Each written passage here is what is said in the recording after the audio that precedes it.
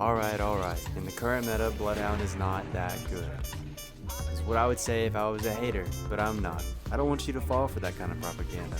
I'm not a pro at this game, and I never really have been. I've been playing it for a couple of years, but I picked up rank recently, and Bloodhound has helped out a lot. In the starting clip, my team just got destroyed, and with my ult, I was able to rush in and res one of my teammates. Not only did I get a res off, but I was able to hit a scan, letting my other teammate know where we were getting shot from. It's information like this that allows Bloodhound to be so special. In this scenario where our team is top 5, information is crucial. My first scan showed that there was a team below us. We heard them, but we weren't sure if they were fighting or how many of them were left alive. With another scan, I was able to locate 3 whole squads. Pretty useful information if you ask me, just from a tactical alone.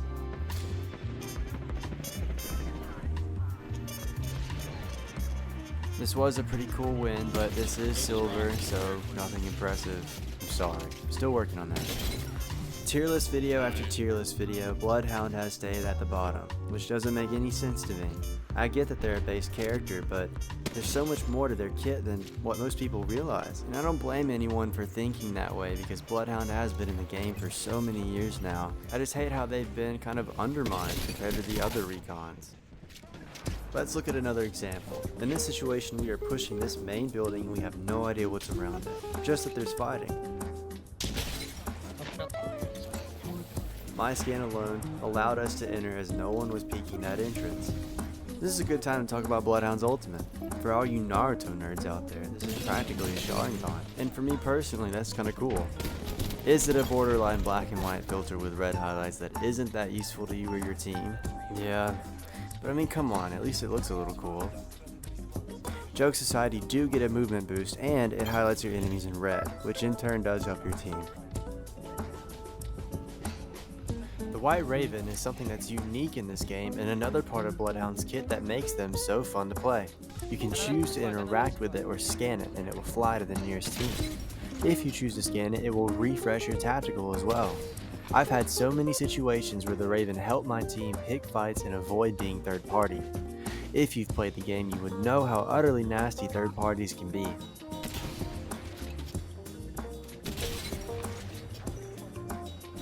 If you've stayed this long, thank you, and I want to take this time to say that I hope you're doing well. September is National Suicide Awareness Month, and I can tell you firsthand that I've experienced loss to it, as well as dealing with my own struggles. So taking the time to talk about it is very important to me. People love and care for you even if you think you're alone. And if you don't feel comfortable reaching out to anyone you know, please reach out to me in the comments. I may be a stranger to you, but I love helping people. So don't be afraid. With that being said, let's go back to the video. Bit of a mid-gameplay sequence here. I am so sorry, but this clip highlights a lot of Bloodhound's kit, and I wanted to point that out. Don't forget that Bloodhound is a recon character, so you do get the ability to highlight enemies through your scope. I'm getting wrecked and not being able to help much to my team, but at the very least I can sit behind the crate and scan, letting my teammates know what's going on around us. Fang popped her smoke too, so I was able to let her and my other teammate know we weren't being pushed.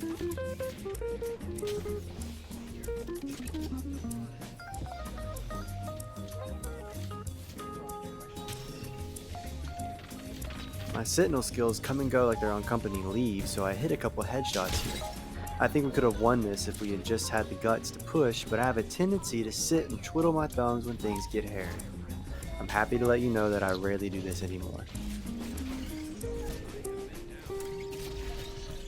I swear it's not as bad as it looks. I have some good shots here somewhere, it's just for the life of me I can't even... Oh wait, I think there's one right here.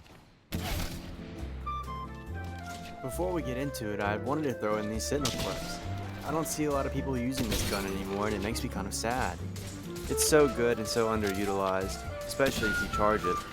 I guess people can be impatient. But just like any weapon, it can be pretty hit or miss. But that's what I like about this game. Nothing's ever too good.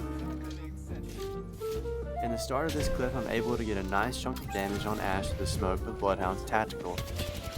But with my terrible eyes, I didn't catch the Newcastle. In this situation, I had to run because I knew I would throw if I stayed.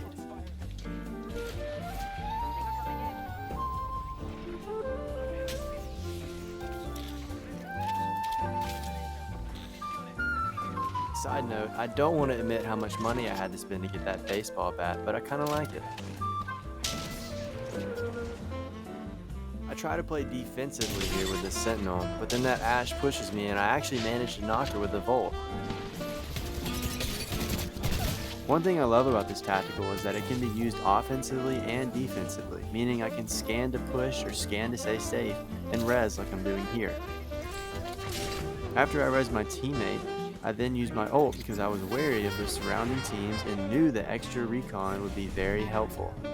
I decide the best course of action is to hover around the bunker and peek in and out and scan when I can.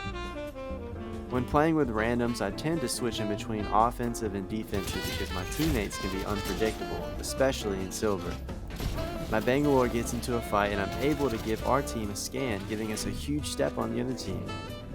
Of course, all this action brought another team in, so I hit 3 shots back to back, preventing them from pushing and forcing them to heal.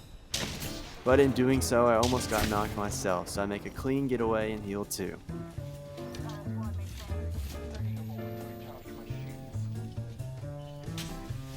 Playing ranked is all about the micro decisions that you make, and the character that you play is really important as well. With Bloodhound and a defensive strategy, I was able to keep our team alive and progress us to the next round.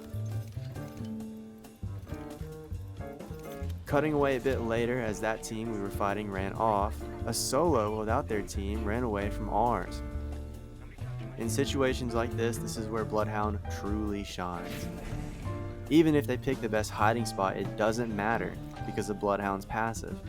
I don't get the chance to finish the solo, but they do end up having to sit in circle, eventually leading to that team's death. Even later in the game, I hear our team fighting another and decide to pop ult and run out to help. I managed to hit some decent shots, scaring the team away to a different position. Bloodhound's abilities didn't do much here, but it made tracking the enemy team so much easier, therefore improving my shot. Ranked can be frustrating, but if I ever want to play a decent game where I know it won't be that bad, I always pick Bloodhound because things can just be easier.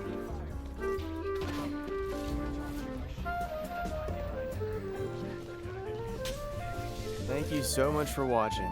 I hope I changed some of your opinions about Bloodhound. I have so much fun playing this character and I want you to as well. My main premise here is that I don't want you to listen to any meta and have fun playing your game. I haven't seen Apex this stable in a very long time, or at least in a year. Play your favorite character and not the game's favorite character. It's kind of what I'm getting at. This is my first time making a video like this, and I really hope you enjoyed it. I plan on making more videos just like this, and if you have any recommendations, please let me know. I'm all for playing characters that don't get much love anymore. Once again, at the time of this recording, it is September, so remember to check on your friends and do the things you love. Mental health is very important, so reach out to someone or even me if you need help. Have a blessed day.